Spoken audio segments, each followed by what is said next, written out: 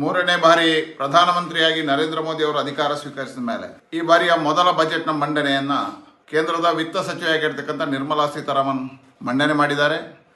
ಈ ದೇಶದ ಅಭಿವೃದ್ಧಿಯ ಅತ್ಯುತ್ತಮವಾಗಿರ್ತಕ್ಕಂಥ ಬಜೆಟ್ ಇದಾಗಿದೆ. ಪ್ರಧಾನಮಂತ್ರಿ ನರೇಂದ್ರ ಮೋದಿ ಅವರ ಪರಿಕಲ್ಪನೆ ವಿಕಸಿತ ಭಾರತದ ಭದ್ರ ಬುನಾದಿಗೆ ಇದೊಂದು ಅಡಿಪಾಯ ಆಗಿದೆ.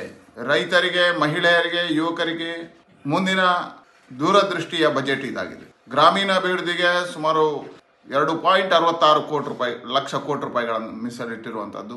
ಕೃಷಿಗೆ ಸುಮಾರು 1.55 ಲಕ್ಷ ಕೋಟಿ ರೂಪಾಯಿಗಳನ್ನು ಮೀಸಲಿಟ್ಟಿರ್ತಕ್ಕಂಥದ್ದು. ಮಹಿಳೆಯರಿಗಾಗಿ ಸುಮಾರು 3 ಲಕ್ಷ ಕೋಟಿ ರೂಪಾಯಿಗಳ ಬಜೆಟ್ ಮಂಡನೆ ಮಾಡಿರ್ತಕ್ಕಂಥದ್ದು. ಒಂದು ಅತ್ಯದ್ಭುತವಾಗಿರ್ತಕ್ಕಂಥ ಬಜೆಟ್, ಈ ದೇಶದ ಮುಂದಿನ ಅಭಿವೃದ್ಧಿಗೆ ಪೂರಕವಾಗಿರ್ತಕ್ಕಂಥ ಬಜೆಟ್.